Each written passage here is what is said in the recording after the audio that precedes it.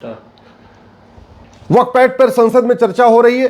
लोकसभा से पास हो गया है, राज्यसभा से भी पास हो जाएगा, राष्ट्रपति महोदया साइन कर देंगी और यह कानून बन जाएगा। लेकिन यह कानून बैकडेट से लागू नहीं होगा। यह कानून अब जिस दिन राष्ट्रपति महोदया साइन करेंगे उसके बाद से लागू होगा, यानी 2025 से लागू होगा। जबकि प्लेस ऑफ वर्शिप एक्ट 1947 से लागू है, 15 अगस्त 1947 से लागू है। इस पूरी चर्चा के दौरान जो पता चला कि भारत में 40 लाख एकड़ जमीन पे वक्फ बोर्ड ने अपना दावा ठोक रखा है। मैंने जब पीआईएल फाइल किया था तो मैंने अपनी पीआईएल में 10 लाख एकड़ का जिक्र किया था, क्योंकि उस समय मेरे पास यही जानकारी थी।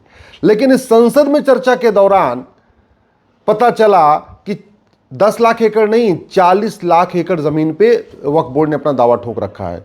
और ये भी पता चला कि 40 लाख एकड़ में से मात्र 50,000 एकड़ जमीन थी 1950 में, यानी 500 साल की मुगलों की गुलामी, 200 साल की अंग्रेजों की गुलामी, कुल 700 साल की गुलामी में वक्फ प्रॉपर्टी थी मात्र 50,000 एकड़।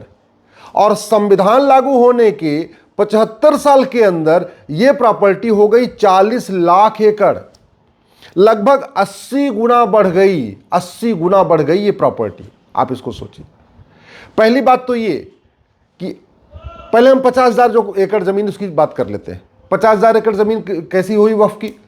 मुगलों ने कह दिया वक्फ है, निज़ामों ने कह दिया वक्फ है, नवाबों ने कह दिया वक्फ है, रजाकारों ने कह दिया ये मेरा वक्फ है, तीमारदारों ने कह दिया ये मेरा वक्फ है। बात यह है कि वक्फ अपनी ज़मीन की जाती है, दूसरों की नहीं। अगर वक्फ की डिफिनीशन देखिए जो हदीस में दी हुई है, उसके अनुसार वक्फ यानी दान यानी चैरिटी अपनी ज़मीन की जाती है। जैसे हिंदू भी दान करते हैं तो दूसरों की ज़मीन थोड़ी दान करते हैं, अपनी ज़मीन दान करते हैं, अपनी गाड़ी दान करते हैं, अपना अंग दान करते हैं। अपना मान लो अंग दान करना है तो दूसरों को मार के थोड़ा उसकी शरीर दान करेंगे, अपना अंग दान करेंगे। ज़मीन दान करनी है तो जो हमारी पुश्तैनी ज़मीन है या जो हमने मेहनत से कमाई खरीदा है उसको दान करेंगे। उसी को इंग्लिश में चैरिटी कहते हैं, उसी को अरबी में वक्फ कहते हैं। तो यानी वक्फ भी अपनी ज़मीन दान की जाती है। तो जो ये 50,000 एकड़ ज़मीन है, ये 50,000 एकड़ ज़मीन न मुगलों को वक्फ का अधिकार, क्योंकि यहाँ पे उनकी कोई पुश्तैनी ज़मीन थी नहीं, न नवाबों को कोई वक्फ का अधिकार, क्योंकि उनकी भी कोई पुश्तैनी ज़मीन नहीं थी। वो मुगलों की सेवा करते थे, उसके बदले उन्होंने उनको जागीर दे रखा है। न निज़ामों को वक्फ का अधिकार, न रज़ाकारों को वक्फ का अधिकार, न जागीरदारों को वक्फ का अधिकार, न ज़मींदारों को वक्फ का अधिकार, न तीमारदारों को वक्फ का अधिकार, क्योंकि ये सारे मुगलों की सेवा करते थे और मुगलों ने जगह जगह उनको 4-4, 6-6 गाँव दे रखे थे। जब 4-4, 6-6 गाँव उनको दिया था केवल देखभाल करने के लिए, तो उनको वक्फ का अधिकार कैसे हो गया? मदीना से आए मदनी परिवार को वक्फ का अधिकार नहीं, क्योंकि वो तो यहाँ केवल सेवा करने आए थे, मुगलों ने उनको बुलाया था। बुखारा से आए बुखारी परिवार को भी वक्फ का अधिकार नहीं, क्योंकि उनको तो केवल एक मस्जिद में इमाम बनाने के लिए वहाँ से बुलाया गया था, उनकी कोई पुश्तैनी ज़मीन तो है नहीं। इसी तरीके से जो अफगानिस्तान से कुछ पठान आए, उसमें कुछ पठान हैदराबाद में रहते हैं, उनको भी वक्फ का अधिकार नहीं, क्योंकि वो तो वहाँ से यहाँ आए थे। यहाँ उनको ज़मीन मेहनत के ज़रिए कोई कमाई नहीं, यहाँ तो लूट खसोट किया उन्होंने। तो फिर ये 50,000 एकड़ ज़मीन किसकी है? मज़ार, दरगाह और पक्का कब्रिस्तान वक्फ हो नहीं सकता, क्योंकि मज़ार, दरगाह, पक्का कब्रिस्तान अनइस्लामिक है, हराम है। मज़ार, दरगाह, पक्का कब्रिस्तान बनाना ही हराम है इस्लाम में। इसलिए आपको अरब में, दुबई में, कुवैत में, अबू धाबी में कहीं पे भी एक भी मज़ार नहीं मिलेगी, एक भी दरगाह नहीं मिलेगी, एक भी पक्का कब्रिस्तान नहीं मिलेगा। मकबरा, चबूतरा बनाना हराम है, तो वो भी वक्फ नहीं हो सकता। फिर ये 50,000 एकड़ ज़मीन है किसकी, ये कोई नहीं बता रहा है। चलो एक बार मान लेते हैं कि 1950 में जो 50,000 एकड़ ज़मीन थी वो वक्फ की हो गई। भाई ठीक है, गुलामी की बात थी, हो गई। लेकिन 50,000 एकड़ से जो 40 लाख एकड़ हुई है, जो 80 गुना ज़मीन बढ़ गई पिछले 75 साल में, ये कैसे आ गई? क्योंकि 1900 कानून तो पहले से लागू हो गए थे। सिविल प्रोसीजर कोड 1858 से लागू हो गया था, यानी 1858 के बाद अगर किसी को वक्फ करना था तो सिविल प्रोसीजर कोड बना हुआ था, अंग्रेज़ों ने कानून बना रखा था, उस कानून का उपयोग करना चाहिए था। सोसाइटी रजिस्ट्रेशन एक्ट 1860 में लागू हो गया था, सिविल प्रोसीजर कोड 1858 में लागू हुआ और सोसाइटी रजिस्ट्रेशन एक्ट 1860 में लागू हुआ। यानी अगर 1800 किसी को भी 1858 के बाद वक्फ करना था तो उसको सिविल प्रोसीजर कोड फॉलो करना था और सोसाइटी रजिस्ट्रेशन एक्ट फॉलो करना था। अगर ये भी नहीं करते तो ट्रस्ट एक्ट 1920 में लागू हो गया था और आज भी चल रहा है। ये सोसाइटी रजिस्ट्रेशन एक्ट भी आज भी चल रहा है और ये ट्रस्ट एक्ट जो 1920 में बना ये भी आज भी चल रहा है। तो उसके बाद अगर किसी को वक्फ करना था तो इसमें रजिस्टर कराना चाहिए था।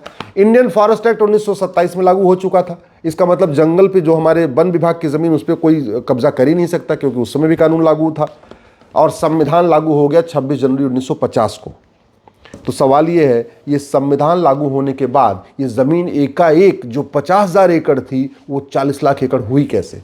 हुई ऐसे कि जो पहला वाला वक्फ एक्ट बना था वो जिन्ना ने बनवाया था, और जिन्ना ने तो अपना पाकिस्तान ले लिया बनवा के। जो दूसरा वक्फ एक्ट बना, आज़ादी के पहले वाला वक्फ एक्ट जिन्ना ने बनाया, और आज़ादी के बाद यानी 26 जनवरी 1950 जब संविधान लागू हुआ उसके बाद जो वक्फ एक्ट बना वो बनाया नेहरू जी ने 1954 में। उसके बाद उनकी बेटी इंदिरा गांधी ने इसको और खतरनाक बनाया। उसके बाद उनके नाती पोते लगते हैं जो राजीव गांधी, उन्होंने और खतरनाक बनाया। सबसे खतरनाक कानून बनाया 1995 में नरसिम्हा राव ने, और उनसे भी खतरनाक कानून बनाया 2013 में, सत्ता जाने के कुछ दिन पहले, इलेक्शन के कुछ दिन पहले, जब 2014 में इलेक्शन था उसके ठीक कुछ दिन पहले वो बनाया मनमोहन सिंह जी ने। और इस घटिया कानून का परिणाम ये हुआ, जिसकी शुरुआत नेहरू जी ने किया, कि जो 50,000 एकड़ जमीन थी वो 40 लाख एकड़ हो गई। अब बात करते हैं संविधान की। संविधान में वक्फ बोर्ड या वक्फ ट्रिब्यूनल तो छोड़िए, WAQF नाम का शब्द ही नहीं है। मैं चुनौती देता हूं, कांग्रेस और बाकी जो पार्टियां हैं उनके पास बड़े बड़े दिग्गज वकील हैं, मैं भारत के किसी भी जज से, किसी भी संविधान विशेषज्ञ से, किसी भी वरिष्ठ वकील से इस बात पे खुली बहस करने के लिए तैयार हूं कि मुझे संविधान के किसी एक पन्ने पे एक बार WAQF दिखा दो। और मैं इस बात के लिए भी बहस करने के लिए तैयार हूं कि संविधान का कौन सा पन्ना, कौन सा अनुच्छेद, कौन सा आर्टिकल मजहब के आधार पे बोर्ड और ट्रिब्यूनल बनाने की इजाजत देता है। मैं इस पर किसी से भी खुली चर्चा के लिए तैयार हूं कि मुझे यह बता दो संविधान का कौन सा आर्टिकल मजहब के आधार पे मंत्रालय बनाने, मजहब के आधार पे आयोग बनाने, मजहब के आधार पे वक्फ बोर्ड बनाने, मजहब के आधार पे वक्फ ट्रिब्यूनल बनाने, मजहब के आधार पे नियम बनाने, मजहब के आधार पे कानून बनाने, मजहब के आधार पे लोन देने, मजहब के आधार पे वजीफा देने, मजहब के आधार पे कोचिंग खोलने और मजहब के आधार पे मदरसा चलाने की इजाजत देता है।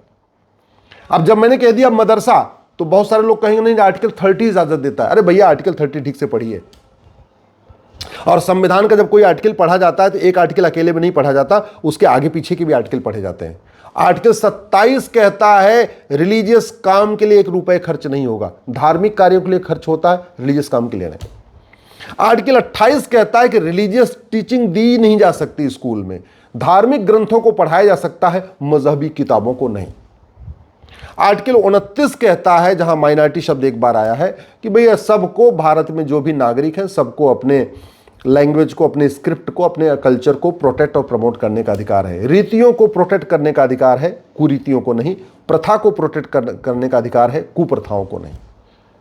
और आर्टिकल 30 कहता है कि देश में सभी लोगों को, चाहे वो रिलीजियस माइनॉरिटी है, लिंग्विस्टिक माइनॉरिटी है, उनको भी एजुकेशन इंस्टीट्यूशन खोलने का अधिकार है। मदरसा नहीं, मदरसा एजुकेशन इंस्टीट्यूशन नहीं होता, मदरसा दीनी तालीम सेंटर होता है। मैं इस पर भी, क्या आर्टिकल 30 मदरसा खोलने की इजाजत देता, इस पर भी मैं किसी भी हाई कोर्ट के जज, सुप्रीम कोर्ट के जज या वरिष्ठ वकील या किसी सांसद, विधायक, मंत्री या बुद्धिजीवी से खुली चर्चा के लिए तैयार हूं। ये बहुत बड़ा मिथ है, ये बहुत बड़ा गलत इंटरप्रिटेशन है कि आर्टिकल 30 मदरसा खोलने की इजाजत देता है। देता ही नहीं है। संविधान मजहबी तालीम की इजाजत ही नहीं देता, संविधान धार्मिक शिक्षा की इजाजत देता है।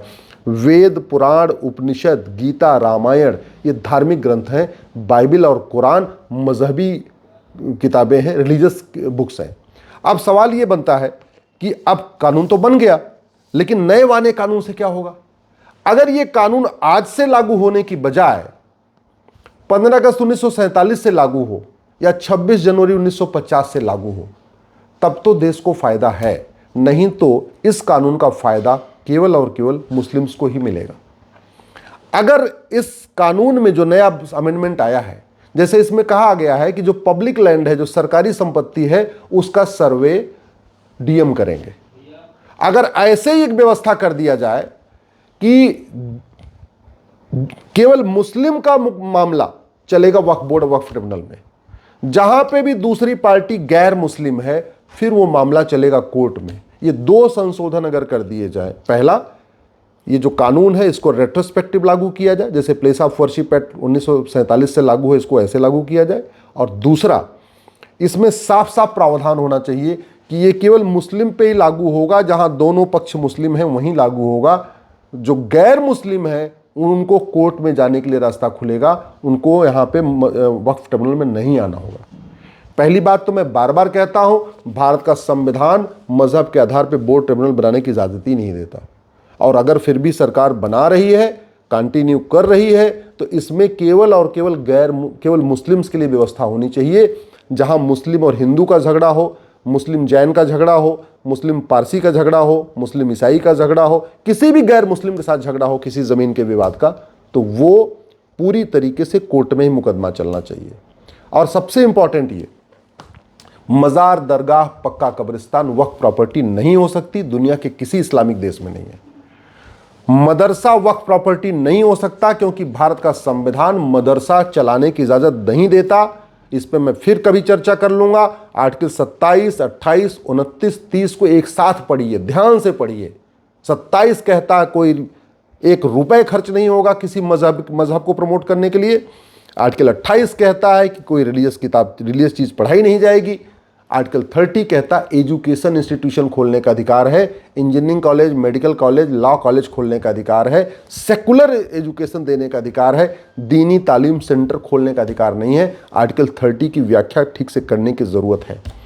इसलिए मेरा सरकार से निवेदन है, वर्तमान जो कानून अगर ये रेट्रोस्पेक्टिव लागू नहीं हुआ, बैक डेट से लागू नहीं हुआ, और इसमें हिंदू, जैन, बौद्ध, सिख को आज भी अगर वक्फ ट्रिब्यूनल जाने के लिए मजबूर किया गया, तो इसका बहुत लाभ नहीं होगा। हाँ, 20% लाभ होगा, मनमानी रुकेगी। कम से कम जो ऊसर ज़मीन, बंजर ज़मीन, खेल का मैदान, पार्क में, रेलवे की ज़मीन में, पीडब्ल्यूडी की ज़मीन में, स्कूल की ज़मीन में, हॉस्पिटल की ज़मीन में वक्फ प्रॉपर्टी वक्फ बोर्ड कब्जा कर रहा था, वो तो रुक जाएगा क्योंकि वो पब्लिक लैंड है। लेकिन हिंदुओं की ज़मीन पर अभी भी कब्जा वक्फ बोर्ड करेगा। जैन, बौद्ध, सिख, पारसी, ईसाई की ज़मीन पर अभी वो वक्फ बोर्ड कब्जा करेगा। समाधान इसका यही है, इसको रेट्रोस्पेक्टिव लागू किया जाए। दूसरा, गैर हिंदुओं पे ये लागू नहीं होना चाहिए। और तीसरा, ये जो 50,000 एकड़ ज़मीन से 40 लाख एकड़ ज़मीन है, इसकी सबकी ऑडिट होनी चाहिए। क्यों? क्योंकि जब संविधान लागू हो चुका है, आपके सारे कानून लागू हो चुके हैं, आपका फॉरेस्ट एक्ट लागू हो चुका है, आपका सोसाइटी रजिस्ट्रेशन एक्ट लागू हो चुका है, आपका ट्रस्ट एक्ट लागू हो चुका है, आपका सिविल प्रोसीजर कोड लागू हो चुका है, तो जब से ये कानून बने हैं उसके बाद कोई ये नहीं कह सकता कि हमारे पास कागज़ नहीं है और हम कागज़ नहीं दिखाएंगे। कागज़ सबको दिखाना पड़ेगा, कागज़ सबको दिखाना चाहिए अगर ईमानदारी है तो, और सरकार को भी कागज़ देखना चाहिए। ये जो 40 लाख एकड़ ज़मीन हुई है, इसकी ऑडिट होना ज़रूरी है। जो वक्फ की है, जो जेन्युइन है, वो ले जाए, कोई दिक्कत नहीं है। लेकिन जो खेल के मैदान, ऊसर ज़मीन, बंजर ज़मीन और ख़ास तौर पे हिंदू, जैन, बौद्ध, सिख की ज़मीनों पे कब्जा कर रखा है, जो नदियों की ज़मीन पे कब्जा है, जो पहाड़ों की ज़मीन पे कब्जा है, जो बाकी ज़मीनों पे कब्जा है, इसका जहाँ पे एक पक्ष, दोनों पक्ष मुस्लिम है, ठीक है भैया, वक्फ ट्रिब्यूनल में मुकदमा चलाओ। लेकिन जहाँ दूसरा पक्ष सरकार है या दूसरा पक्ष गैर मुस्लिम है, फिर उसका मुकदमा वक्फ ट्रिब्यूनल में नहीं चलना चाहिए। अंत में मैं फिर से रिपीट कर देता हूँ, इस कानून में कुछ संशोधन की ज़रूरत है। कानून रेट्रोस्पेक्टिव होना चाहिए, 15 अगस्त 1947 से लागू होना चाहिए। कानून में साफ साफ लिखना चाहिए कि गैर हिंदुओं पे लागू नहीं होगा। कानून में साफ साफ लिखना चाहिए कि आज़ादी के बाद जो वक्फ डिक्लेयर किया गया है, इसका सर्वे होगा, इसका कागज़ दिखाना पड़ेगा। प्रॉपर्टी को आधार से लिंक करना चाहिए, और जितनी भी ज़मीनों पे अभी कब्जा है, इन सब की ऑडिट करना चाहिए। ये हम करेंगे तो देश का बहुत कल्याण होगा, देश का भला होगा। मैं प्रधानमंत्री से, गृह मंत्री से निवेदन करता हूं, इन संशोधनों का ध्यान रखते हुए, अभी लोकसभा से पास हुआ है, लेकिन इनको भी इनकॉर्पोरेट करें, आज करें या कल करें।